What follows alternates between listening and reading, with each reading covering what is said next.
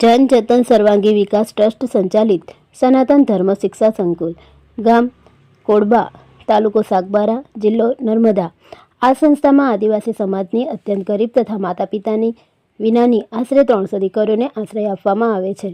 આ દીકરીઓની ઉંમર 4 વર્ષથી 14 વર્ષ વચ્ચેની છે.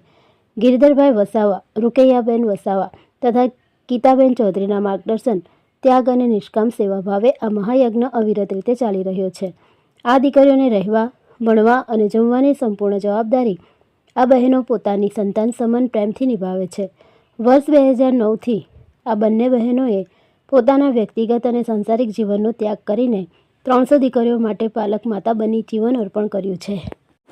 ઘણી વખત પરિસ્થિતિ એવી બની જાય છે કે ભોજન માટે પૂરતું સાધન પણ ન હોય, ત્યારે આ બહેનો આજુબાજુના ગામડાઓમાંથી ભિક્ષા માંગીને પણ દીકરીઓના પેટ ભરવાનું પવિત્ર કાર્ય કરે છે.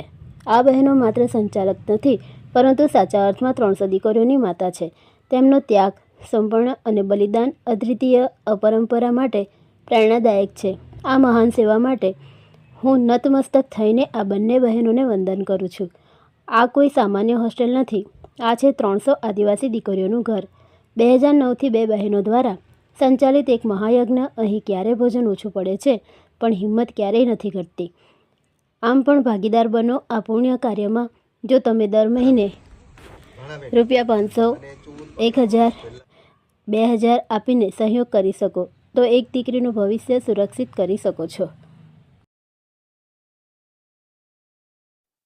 નમસ્કાર, હું ડોક્ટર દલપત કાતરિયા, સંજીવની મલ્ટી સ્પેશિયાલિટી હોસ્પિટલ, સોમા તળાવ 4 રસ્તા, વડોદરા.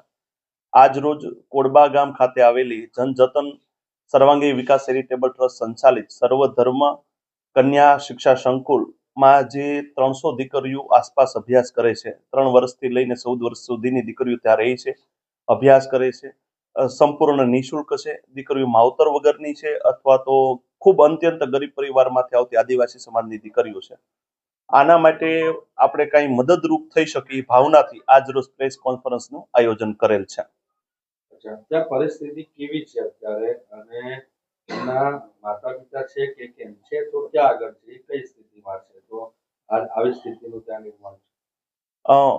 અમુક દીકરીઓ 25 થી 30% દીકરીઓ એવી છે કે જેના મમ્મી પપ્પા નથી, અને અમુકના મમ્મી પપ્પા છે તો એ અહીંથી સૌરાષ્ટ્ર અથવા તો બીજી જગ્યાએ સ્થાનાંતરણ કરીને પોતાની રોજીરોટી કમાવા માટે ગયેલા છે, અથવા તો અત્યંત ગરીબ પરિવારમાંથી આવે છે.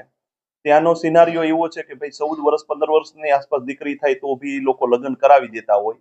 તો એક રૂકૈયાબેન વસાવા અને ગીતાબેન ચૌધરી 2009થી આ સંસ્થાનું સંચાલન કરે છે. 15 દીકરીઓથી શરૂઆત કરેલી, અત્યારે 300 આસપાસ દીકરીઓ પહોંચી છે. આ બધાને ભણાવે છે નિઃશુલ્ક, કોઈ પણ એક પણ રૂપિયો ચાર્જ લેતા નથી. અને પરિસ્થિતિ એવી છે કે ત્યાં દીકરીઓ માટે સવારે ખાલી મમરા આપી શકે છે, બપોરે દાળ ભાત આપી શકે છે, અને સાંજે એને રોટલી અને શાક મળે છે.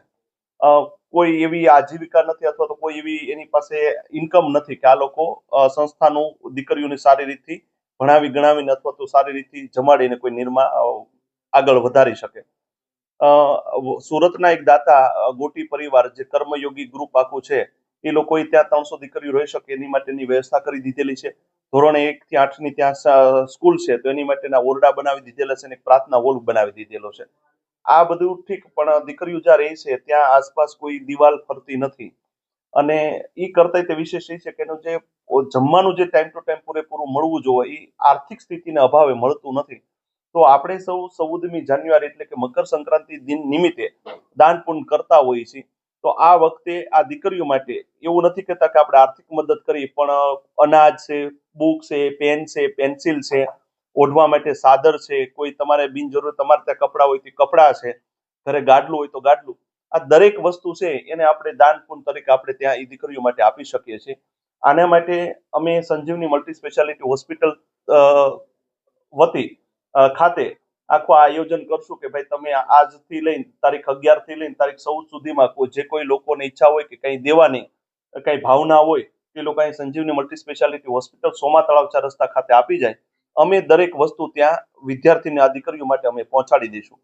બીજી બાબત કે કોઈ સોસાયટીના લોકો એવું ઈચ્છતા હોય કે અમારે આખી સોસાયટીનું કંઈ દેવું છે, સોસાયટી વતી અમારે દેવું છે, તો અમને તમે જાણ કરજો. અમે તમને નંબર અમારો આ સાથે આપશું જ કે જે તમે ત્યાં અમે અમારો તરફથી વાહન મોકલી અને તમારી પાસેથી વસ્તુ અમે હાયર કરી અમે તમારી સોસાયટી વતી ત્યાં વસ્તુ અમે પહોંચાડી દઈશું. બિલકુલ. એની ટ્રસ્ટની આખી વિગત જ છે, બેંકનો ખાતા નંબર જ છે. QR કોડ કોઈ લોકો દુરુપયોગ કરે એટલે આપણે QR કોડ જનરેટ નથી કરાવ્યો, પણ બેંક અને IFSC કોડ સાથે જ સંપૂર્ણ ડિટેલ ટૂંકમાં આપણે આપી દઈશું. સાહેબ, કેટલા દાખલા દીકરીઓ માટે એક દિવસનો ખર્ચો અંદાજિત 7,000 થી 8,000 રૂપિયા જો એને સારી રીતથી સવારનો નાસ્તો પ્રોપર મળે, બપોરનું જમવાનું, સાંજ જમવાનું મળે તો એની માટેનો ખર્ચો 7,000 થી 8,000 રૂપિયા જેટલો થાય. બીજી બાબત કે કોઈનો પોતાનો જન્મદિવસ છે, મેરેજ એનિવર્સરી છે અથવા તો માતા પિતાની પુણ્યતિથિની ઉજવણી કરતા હોય છે તો એ આ દીકરીઓ સાથે કરવામાં આવે તો એક દિવસનો એને જમવાનું મળી જશે અને તમને સારા આશીર્વાદ મળશે. સંસ્થા છેલ્લા 15 દિવસ પહેલા અમારે ત્યાં એક અમેરિકાના સ્ટુડન્ટ પ્રી મેડિકલ કેમ્પ માટે આવેલા છે. તો શંકર દાદા અને અરવિંદભાઈ બ્રહ્મભટ્ટે મને ત્યાં જવા માટેનું કીધેલું અને એમાંથી સંસ્થા મારા પરિચયમાં આવી. ત્યારથી અમે છેલ્લા 10-12 દિવસ આ સંસ્થા માટે કામ કરી છે. અંદાજિત 2 થી 2.5 લાખ રૂપિયા જેટલું ડોનેશન આવ્યું છે. અમારા સંસ્થા વતી સંજીવની મલ્ટી સ્પેશિયાલિટી હોસ્પિટલ વતી અમે દરેક બાળકને સ્કૂલ બેગ, કંપાસ અને સ્માર્ટ બોર્ડ પણ અમે આપ્યું છે.